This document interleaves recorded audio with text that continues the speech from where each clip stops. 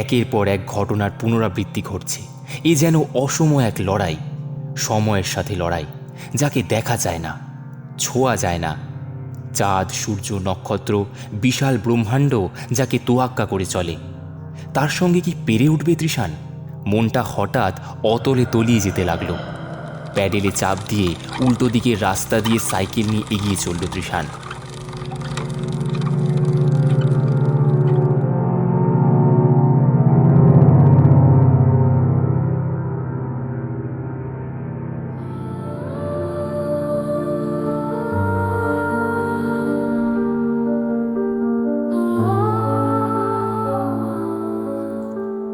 গল্পের জংশন, যে স্টেশনে থামে বিভিন্ন স্বাদের গল্প। বিভিন্ন স্বাদের গল্প উপভোগ করতে আপনাকে থামতেই হবে গল্পের জংশনে, প্রতি রবিবার ঠিক রাত 9টায়। গল্পের জংশনে আজ আপনারা শুনবেন অরিজিৎ মুখার্জির কলমে স্পাইরাল। এই গল্পটি গল্পের জংশনের প্রথম অরিজিনাল গল্প। এই গল্পের যে কোনো ধরনের অবৈধ প্রচারের বিরুদ্ধে যথাযথ আইনি ব্যবস্থা নেওয়া হবে। অবৈধ প্রচার দণ্ডনীয় অপরাধ, তাই অনুগ্রহ করে এ কাজ করবেন না বা সমর্থন করবেন না। কি গল্পের জংশনে এবার নেমে পড়েছেন তো? তাহলে শুরু করা যাক।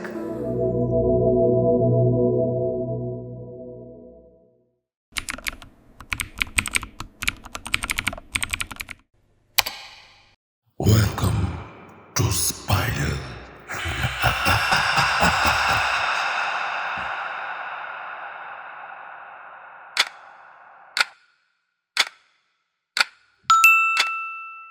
মোবাইলে গেম খেলতে খেলতে হঠাৎ ওপরে পপ আপ হয়ে ওঠা নোটিফিকেশনের দিকে চোখ যায় রনিতের। আরে এটা কি? গেম খেলার বড্ড নেশা ছেলেটার। দিন রাত খালি গেম আর গেম। মায়ের কাছে কম পিটুনি খায় না এর জন্য। কিন্তু এত রাতে, প্রায় 3টে বাজতে চলল।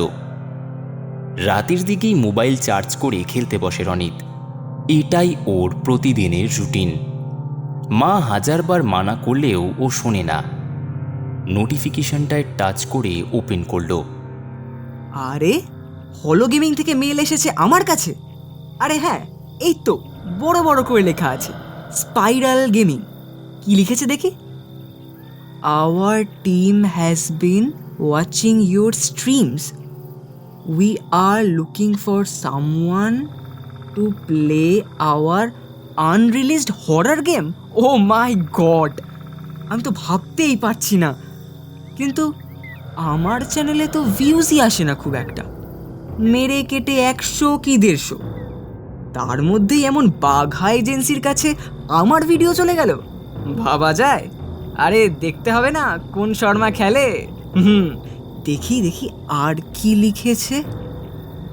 Hour new game the spiral, live on stream every Saturday night. Survive the full hour without quitting. It's a dare.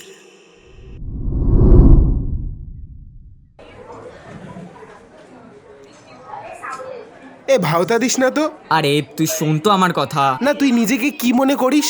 বড় হনু? না, আমি হনু নই, আমি গেমার। কেমন গেমার জানা আছে। শুক্রবারের এই বোরিং ক্লাসে এই দুই বন্ধু সায়েন্স ক্লাসে লাস্টের আগের বেঞ্চে বসে জমিয়ে আড্ডা দিচ্ছে। আড্ডার থেকেও তক্কাতক্কি বললেই সঠিক হয় ব্যাপারটা। তক্কাতক্কি হচ্ছে রনিতের মোবাইলের নতুন হরর গেমটা নিয়ে। রনিত কিছুতেই গেমটার ফার্স্ট লেভেলটা পার করতে পারছে না। তৃষান, আমার মনে হয় না তুইও পারবি। হ্যাঁ, এসব গেম আমার কাছে কিচ্ছু না। তাহলে চলে আয় আমার বাড়িতে আজকে স্কুলের পর, দেখবো তোর ক্যালমা। আসল ব্যাপারটা কি বলতো? তোর জন্য এসব হরর গেম টেম না, তুই বরং টেম্পল রান খেল। আমিও দেখবো আপনার দৌড় কোন মন্দির অবধি। মামা, গেমটার মধ্যে লুকিয়ে লুকিয়ে থাকতে হয়, আর আওয়াজ পেলেই ভূতটা যেভাবে তেড়ে ফুড়ে আসে না, উফ, কলজেটা হাতে চলে আসে একেবারে, আর আমি হেরে যাই। দুম করে একটা মিথ্যে কথা বলে ফেলল রনিত। এদিকে ফার্স্ট লেভেল তো দূর, ইনস্টল করেই রেখে দিয়েছে গেমটা। ওপেন করার সাহসটুকু হয়নি। হে, এটুকু বলে এই অবস্থা? আচ্ছা, আমি যাব, দেখবো কি এমন গেম। তৃষানের মনে ভয় ডরটা বরাবরই একটু কম। ওকে দিয়ে যদি একবার গেমটার ফার্স্ট লেভেলটা পার করিয়ে নেওয়া যায়, ডেয়ারটাও কমপ্লিট হয়ে যাবে। তাহলে রনিতকে আর দেখে কে? আচ্ছা, তুই যদি ফার্স্ট লেভেলটা পার করতে পারিস, তাহলে সামনের বইমেলা থেকে কাকড়া বিছের বিষ উপন্যাসটা আমি তোকে আমার নিজের পকেট মানি দিয়ে কিনে দেবো। ইয়া! তৃষান চেঁচিয়েই মনে হয় কেলেঙ্কারিটা বাঁধালো।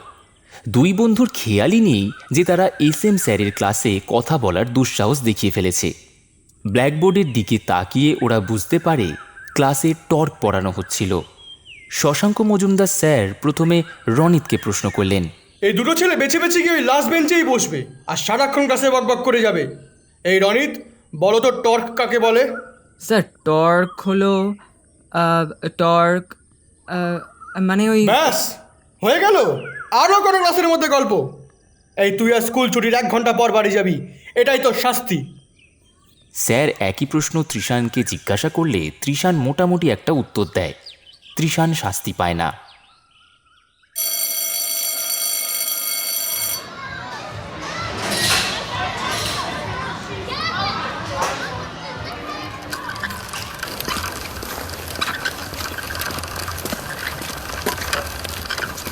ধুর ধুর, এখন তৃষানটা থাকলে কোনো অসুবিধেই হতো না।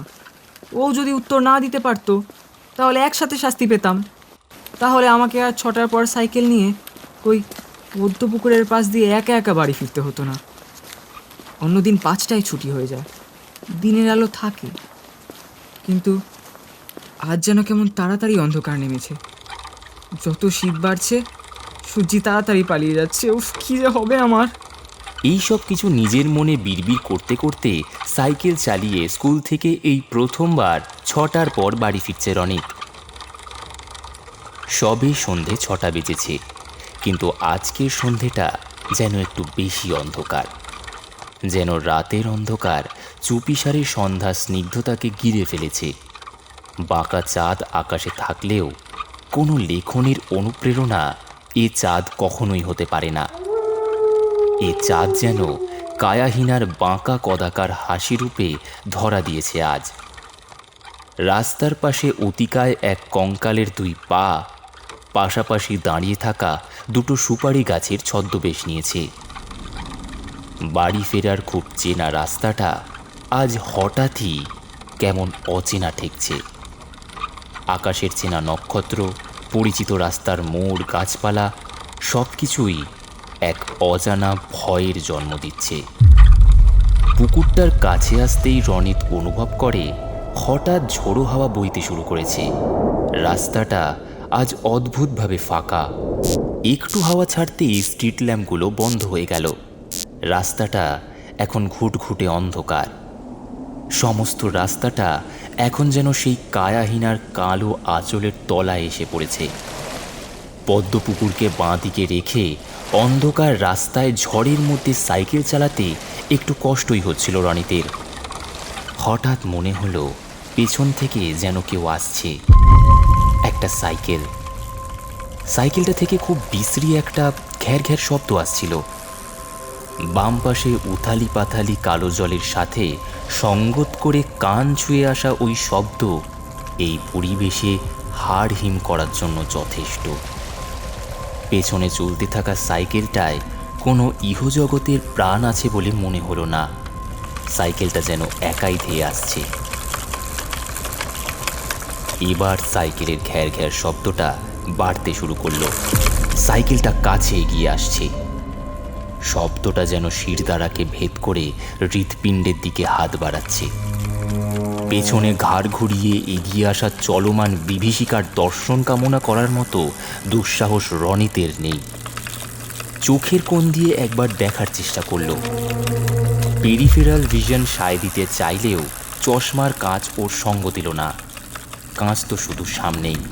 এতক্ষণ ওই প্লাস পাওয়ারের চশমাটা দুর্যোগের ত্রাতা হলেও আর চোখে দেখার চেষ্টা করতেই চোখে লাগলো ধুলোর ঝাপটা।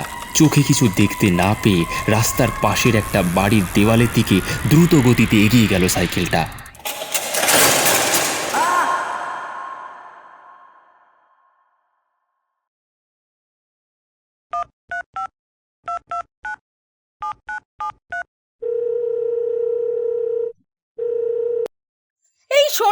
তুমি তাড়াতাড়ি বাড়ি চলে এসো, বাবু অ্যাক্সিডেন্ট করেছে।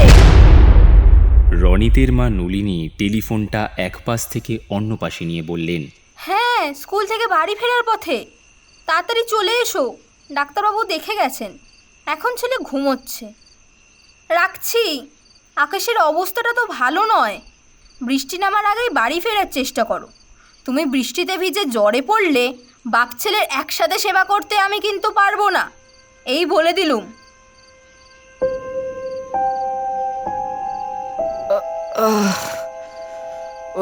আলতো করে চোখ খুলল রনিত। ওর পায়ে হালকা কেটে গেছে, মাথায় কিছুটা চোট পেয়েছে। হঠাৎ মাথাটা চিরিক দিয়ে উঠল। ব্যথায় চোখটা বুজে ফেলতেই চোখের সামনে ভেসে উঠল পদ্মপুকুর আর ভৌতিক সাইকেলের বীভৎস শব্দ। চিৎকার করে উঠল রনিত। চুপ কর, চুপ কর, আমি তো এসে গেছি। ভয় কিসের? চুপ কর বাবা। বকা দিতে দিতে ছেলের মাথায় স্নেহের হাত বুলিয়ে দিচ্ছেন নলিনী। কি করে ঠুকে দিলি বলতো? মাথাটা কতটা ফাটিয়েছিস? পদ্মপুকুরে যে তোর কি এত ভয়, ওইখানেই তো করেছিস অ্যাক্সিডেন্টটা। চোখে ধুলো ঢুকে গেল তো।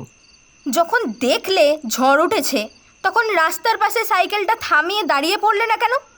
না না, ওই রাস্তায় সাইকেল দাঁড় করলে তো ওনাকে আবার ভূতে খাবে। মা, বিরক্তি সুরে প্রতিবাদ করতে চায় রনিত। দেখ ত্রিশান, তোর বন্ধুর কি অবস্থা। রনিতের মা দরজার দিকে তাকিয়ে বলল। ত্রিশান কিছুক্ষণ হলো এসে দাঁড়িয়েছে। রনিতের মায়ের কথায় ঘরের ভেতরে ঢুকে এলো।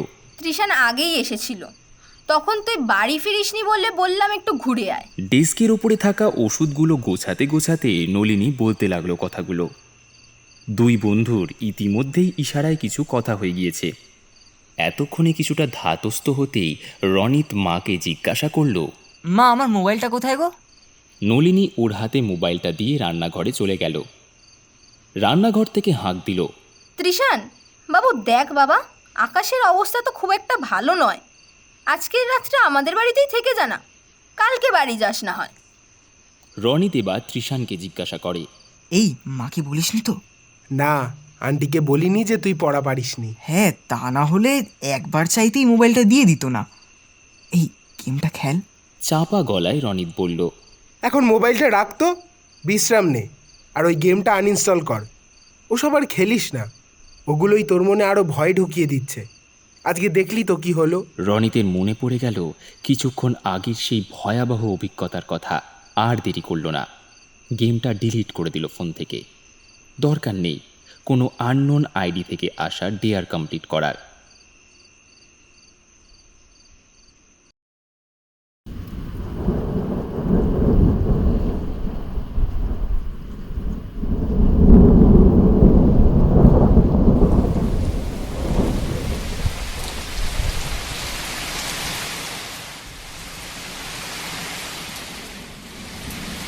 রাতে বৃষ্টি নামলো ঝোড়ো হাওয়ার সাথে।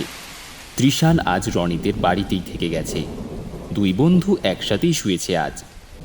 রনিতের খুব মাথা ব্যথা হওয়ার কারণে সে ওষুধ খেয়ে ঘুমিয়ে গিয়েছে, কিন্তু ত্রিশানের চোখে ঘুম নেই। উঠে বসে ত্রিশান, পাশে অঘরে ঘুমোচ্ছে রনিত। ধুর, ঘুমই আসছে না। বাইরে বৃষ্টিও হচ্ছে, ছাদেও যেতে পারবো না। কি করি? মোবাইলটা চার্জে বসানো, গেমটা রিইনস্টল করব। একবার খেলেই দেখা যাক না, সেরকম হলে না হয় আবার ডিলিট করে দেওয়া যাবে। শেষের কথাগুলো নিজেকে কিছুটা আশ্বাস দিয়েই বলল ত্রিশান। হাত বাড়িয়ে ডেস্ক থেকে মোবাইলটা হাতে নিতেই বুকটা ছ্যাঁত করে উঠল। একটা নোটিফিকেশন ফুটে উঠেছে মোবাইল স্ক্রিনে। ও যে বলল গেমটা ডিলিট করে দিয়েছে, আমিও তো দেখলাম ও ডিলিট করলো। তাহলে নোটিফিকেশনটা এলো কি করে? সকালে টেম্পল রান খেলতে বলে রনিতকে খোঁচা দেওয়ার কথাটা মনে পড়ে গেল। নোটিফিকেশনটাই কি বিভৎস লাগছে। নোটিফিকেশনটা এসেছে ঠিক 12টার সময়। এতক্ষণে ত্রিশান নোটিফিকেশনে আসা মেসেজটা পড়ল। Night is the best time to play. মেসেজটা ত্রিশান নিজে পড়ল, না কানের কাছে কেউ ফিসফিসিয়ে বলে গেল? বলা যায় না। বাইরে ঝোড়ো হাওয়া থেমে গিয়ে এবার বৃষ্টিটা আরও জোরে পড়তে শুরু করেছে। জানলাটার একটা পাল্লা বন্ধ করে দিল তৃষান। মোবাইলটা হাতেই রয়েছে। ঘরের নীলাভ আলো হয়ে উঠেছে আরও নীল। ঘুমন্ত রনিত যেন বিষ নীল হয়ে যাওয়া মৃতদেহ। স্ক্রিন ঠিকরে বেরিয়ে আসা নোটিফিকেশনের নিয়ন আলো তৃষানের মুখটাকে ফ্যাকাশে করে দিয়েছে। নোটিফিকেশনটা দেখার পর থেকে বালিশ, চাদর, ঘুমিয়ে থাকা রনিত সব কিছুই কেমন যেন অদ্ভুত উড়ে ঠেকছে। নোটিফিকেশনটা টাচ করে মোবাইলের পিন দিতেই গেমটা ওপেন হয়ে গেল। স্ক্রিনের বাঁ দিকে সময় দেখাচ্ছে 12টা 6। একটা ঢোক গিলে মোবাইলের দিকে লক্ষ্য করল তৃষান। লোডিং দেখাচ্ছে, গেমটা লোডিং হচ্ছে। স্ক্রিনের নিচের দিকে একটা বর্ধিত আয়তক্ষেত্রে এক লাল তরল এক প্রান্ত থেকে অপর প্রান্তে গড়িয়ে যাচ্ছে। ইস, কি বিকট অ্যানিমেশন! অ্যানিমেটেড হলেও খুব টাটকা দেখাচ্ছে রক্তটা। লোডিং শেষ হতেই স্ক্রিন ভেদ করে ফিনকি দিয়ে বেরিয়ে এলো রক্তটা। চোখ বাঁচাতে চোখটা বুজে ফেলল তৃষান। মুখ পুরো ভিজে গেল টাটকা রক্তে। একটা চেরা শ্বাসে 2 হাত মুখে চেপে ধরল তৃষান। জামাটা পুরো ভিজে গেছে, চোখ বন্ধ। এত কাণ্ডতে কোলের মধ্যে ছিটকে পড়েছে মোবাইলটা। এখন কোলের ওপরে যেটা রয়েছে সেটা আর মোবাইল নয়, একদলা জমাট আতঙ্ক। আতঙ্কে কুকিয়ে উঠল ছেলেটা। জোরে জোরে শ্বাস পড়ছে তার। ঘাড়টা কেমন অবশ লাগছে। চোখের সামনে হাত দুটোকে রেখেই চোখটা খুলল। আঙুলের ফাঁক দিয়ে মোবাইলটা নজরে আসতেই দেখল একটা বড় এন্টার বাটন ফুটে উঠেছে স্ক্রিনে। এখন হাতের দিকে চোখ যায়। এ কি, কোথায় রক্ত? মুখ আর জামা তো ঘামে ভিজে আছে। মিছিমিছি এতটা ভয় পেয়ে গেল। এন্টার বাটনটা দেখা যাচ্ছিল। টাচ করলো।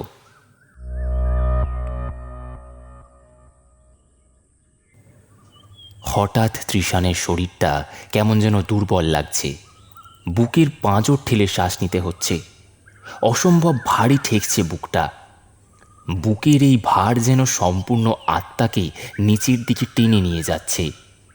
নরকের অতলে তলিয়ে যাওয়ার ঠিক আগের মুহূর্তে হাঁ করে একদলা অক্সিজেন গিলে নিয়ে ভ্রু কুঁচকে সপাটে চোখ খুলল তৃষান। নিজেকে আবিষ্কার করল নিজের ঘরের বিছানায় শুয়ে রয়েছে। বুকের ওপর গোলাপের রক্ত রহস্যের 1000 পাতার উপন্যাস। এ কি, আমি বাড়িতে এলাম কি করে? আমি তো রনিতের বাড়িতে। কি রে বাবু, স্কুলে যাবি না?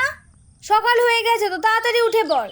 রুটিন দেখে বইপত্র গুছিয়ে দিলাম, উঠে পড় তাড়াতাড়ি। তৃষানকে একটা ঠেলা দিয়ে ডেকে ওর মা রান্নাঘরে চলে গেল। এই পুরোটাই কি স্বপ্ন ছিল? না, স্বপ্ন এতটা রিয়েল লাগে নাকি? মাকে এই বিষয়ে জিজ্ঞাসা করতেই মা কেমন উল্টো পাল্টা উত্তর দিল। মা, আমি তো কালকে রনিতের বাড়ি ছিলাম, আন্টি আটকে দিল। আরে হ্যাঁ, নতুন টিফিন বক্সেই টিফিনটা পুড়েছি। মা, এসব কি বলছো? আমি বলছি এক, তুমি উত্তর দিচ্ছ আর এক। এরপর যতবার প্রশ্ন করেছে মা উত্তর দিয়েছে অন্যরকম।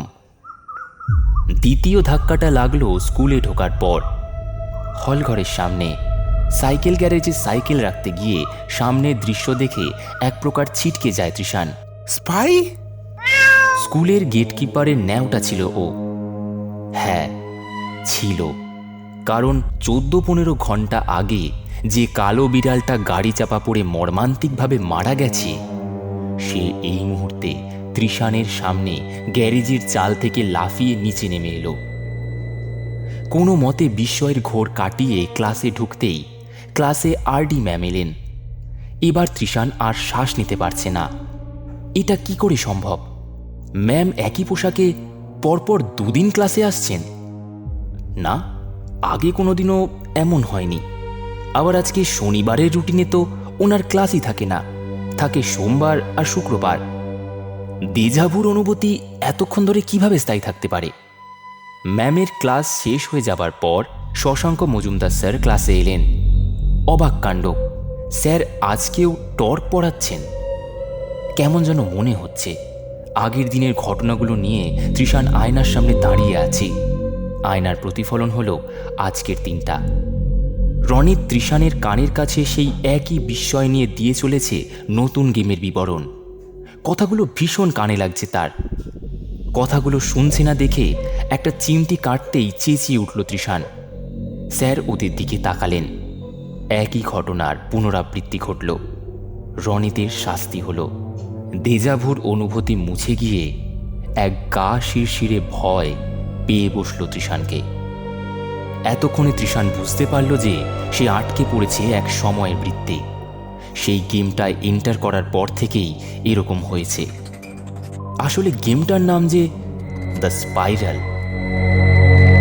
এতদিন ধরে সিনেমা কিংবা উপন্যাসে যে অজানা ভয়টা চরিত্রদের সাথে সাথে সে নিজেও অনুভব করেছে, আজ সেই ভয় পৃষ্ঠার অক্ষর পেরিয়ে ঘাড়ে নিঃশ্বাস ফেলছে।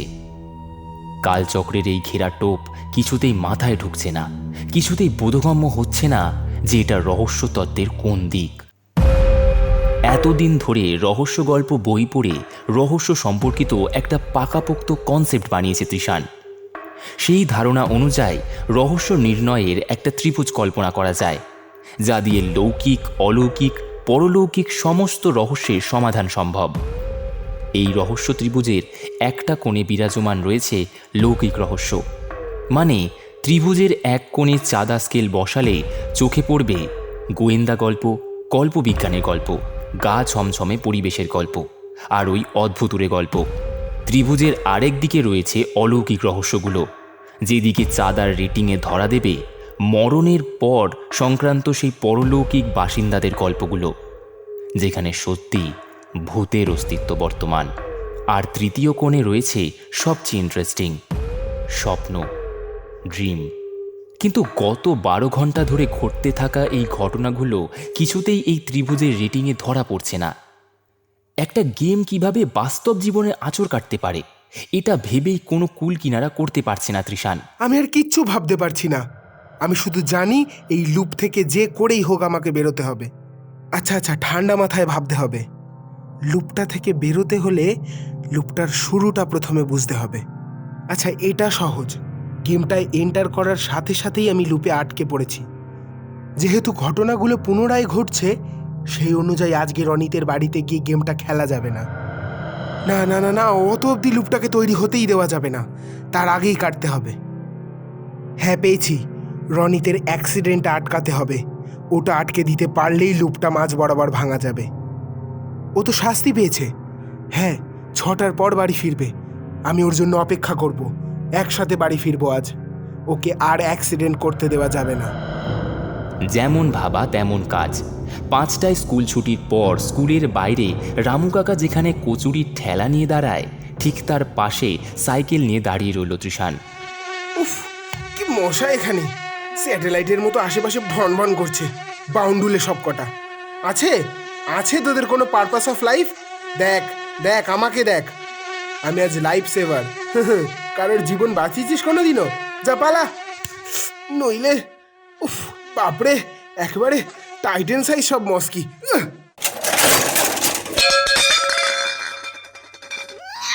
মশা তাড়াতে গিয়ে কুনুইয়ের ধাক্কায় ধরাম করে সাইকেলটা পড়ে গেল। বাস্কেটে রাখা ছিল তার স্কুল ব্যাগটা। ভেতরের খালি টিফিন বক্সটা খুলে গিয়ে ঝনঝন করে শব্দ হয়ে উঠল। পাশেই একটা বিড়াল বসে ঘুমোচ্ছিল। অতর্কিতে ভয়ঙ্কর এক যান্ত্রিক হুঙ্কারে বেচারা ভয় পেয়ে গেল। এক দৌড়ে বড় রাস্তার দিকে ছুটে গেল। হ্যাঁ, এটাই সেই কালো বিলাইটা। যা হওয়ার ছিল সেটাই হলো। মোটর সাইকেলটাও ছুটে আসলো রাস্তা ধরে।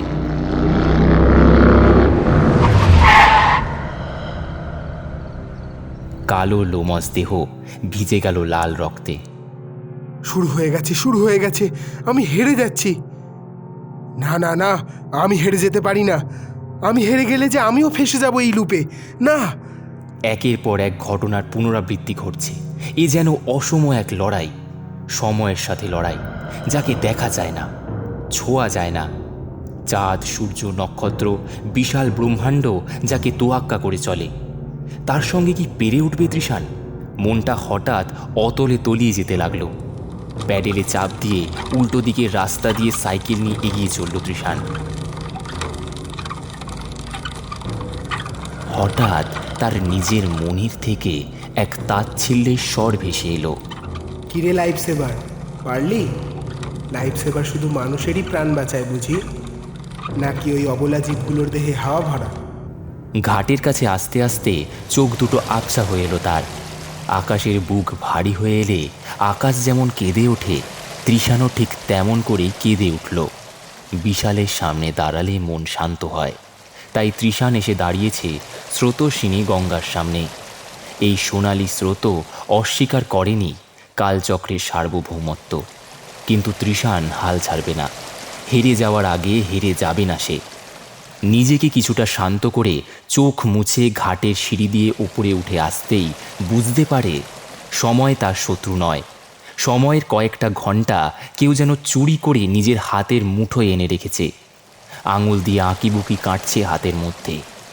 যেখানে সাইকেলটা পার্ক করে রেখে গিয়েছিল উল্টে পড়ে আছে ঠিক সেখানেই, আর সাইকেলটার চেন গার্ডটা কেউ যেন ইট মেরে তুবড়ে দিয়েছে মনে হচ্ছে। এটা ওই অশরীরীর ষড়যন্ত্র নয় তো? না, আজ কোনো কিছুই আমাকে আটকাতে পারবে না। এর একটা শেষ দেখেই আমি ছাড়বো। এসব ভাবতে ভাবতে সাইকেলে বসে প্যাডেল করতে শুরু করলো। লুপ থেকে আজ তাকে বেরোতেই হবে। রনিতকে আজ তৃষান বাঁচাবেই। এই সব পণ করতে করতে কখন যে স্কুলের গেট পেরিয়ে এসেছে খেয়ালই করেনিও। টনক পড়ল পদ্মপুকুরের রাস্তার আগের মোড়ে এসে। এ বাবা, কতটা তো এগিয়ে এলাম। আচ্ছা, এখানেই দাঁড়িয়ে যাই। রনিত তো এই পথ দিয়েই যাবে। রাস্তার একপাশে দাঁড়িয়ে রইল। যথারীতি অন্ধকার হলো। ঝোড়ো হাওয়াও বইতে শুরু করলো। কি হলো, এখনো আসছে না? 6টা তো বাজে। ঘড়ি থেকে মুখ তুলতেই রনিতের দেখা পাওয়া গেল। হন্তদন্ত হয়ে এই পথেই আসছে সে। খুব ভীত দেখাচ্ছে ওকে। তৃষান একটা ডাক দিল। এই রনিত, দাঁড়া! তৃষানের ডাক কানে গেল না রনিতের। পাই পাই করে সাইকেল নিয়ে তৃষানকে পাশ কাটিয়ে বেরিয়ে গেল ও। তৃষানও সময় নষ্ট না করে সাইকেলের প্যাডেলে চাপ দিয়ে পিছু করল। তৃষান আবার ডাক দিল, কিন্তু রনিত এবারও শুনতে পেল না। হয়তো ঝড়ের আওয়াজে শুনতে পাচ্ছে না। আবার ডাকলো, এই রনিত, দাঁড়া! এবারও কোনো ভ্রুক্ষেপ নেই রনিতের। রনিতের না শুনতে পাওয়ার যথেষ্ট কারণ আছে। ঝড়ের প্রকোপটা এই পদ্মপুকুরের রাস্তায় আসার পর থেকে আরও বেড়েছে, আর সেই সঙ্গে চেন গার্ডটা তুবড়ে যাওয়ায় প্যাডেল করলেই চেনটা থেকে একটা বিদঘুটে শব্দ হচ্ছে। সব কিছু মিলিয়ে রনিতকে আর দোষ দেওয়া যাচ্ছে না। ওই গায়েহীন ষড়যন্ত্র করে ঝোড় হাওয়াকে দলে টেনেছে। রনিত যেভাবে সাইকেল চালাচ্ছে, এক্ষুনি তো অ্যাক্সিডেন্ট করবে। চরম হতাশায় কেঁদেই ফেলবে তৃষান। তৃষান সাইকেলের স্পিড বাড়ালো। ঝড়ে কিছু ঠাহর করতে না পেরে রনিতের দেওয়ালে অ্যাক্সিডেন্ট করার আগেই তৃষানের সাইকেলটা ধাক্কা মারল রনিতের সাইকেলের পেছন থেকে। রনিত ছিটকে গেল সাইকেল থেকে। তৃষানের সামনে সব কিছু ওর হাতের বাইরে চলে গেল। রনিত ছিটকে গিয়ে পড়ল দেওয়ালটার দিকে। সজোরে ধাক্কা লাগে তার। মাথাটা এবার খুব বাজেভাবে ফেটে যায়। রাস্তাতেই মারা যায় রনিত। এরপর একটা অসম্ভব ঝাঁকুনি অনুভূতি হয় তৃষানের। খাটের সেই একই জায়গায় বসে আছে, হাতে সেই অভিশপ্ত গেমটা ওপেন করা। হঠাৎ একটা লেখা ফুটে উঠল স্ক্রিনে। You have completed the first level. কিংকর্তব্য বিমূঢ় হয়ে কিছুক্ষণ ওভাবেই বসে রইল খাটের উপর। হুঁশ ফিরল একটা হিস হিস শব্দে। ভোর হয়ে দিনের আলো ফুটে উঠেছে। বৃষ্টিটাও আরও জোরে পড়ছে এখন। কিন্তু কাল রাতে দেখা রনিতের গায়ের সেই নীলচে ভাবটা রয়েই গেছে। নীল দেহের মাথার কাছে বসে আছে স্পাই। শ্রোডিঞ্জারের সেই প্যারাডক্সের কথা মনে আছে? The cat is dead and alive at the same time.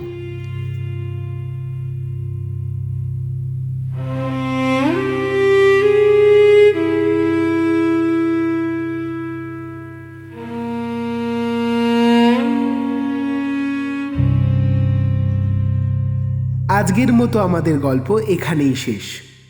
আজকের গল্প পাঠে অর্পণ, রনিতের চরিত্রে অরিজিৎ, সূত্রধর ও তৃষানের চরিত্রে আমি রিক, এছাড়াও বিভিন্ন পার্শ্ব চরিত্রে রয়েছে রূপসা, রিতমা ও অর্কজিৎ।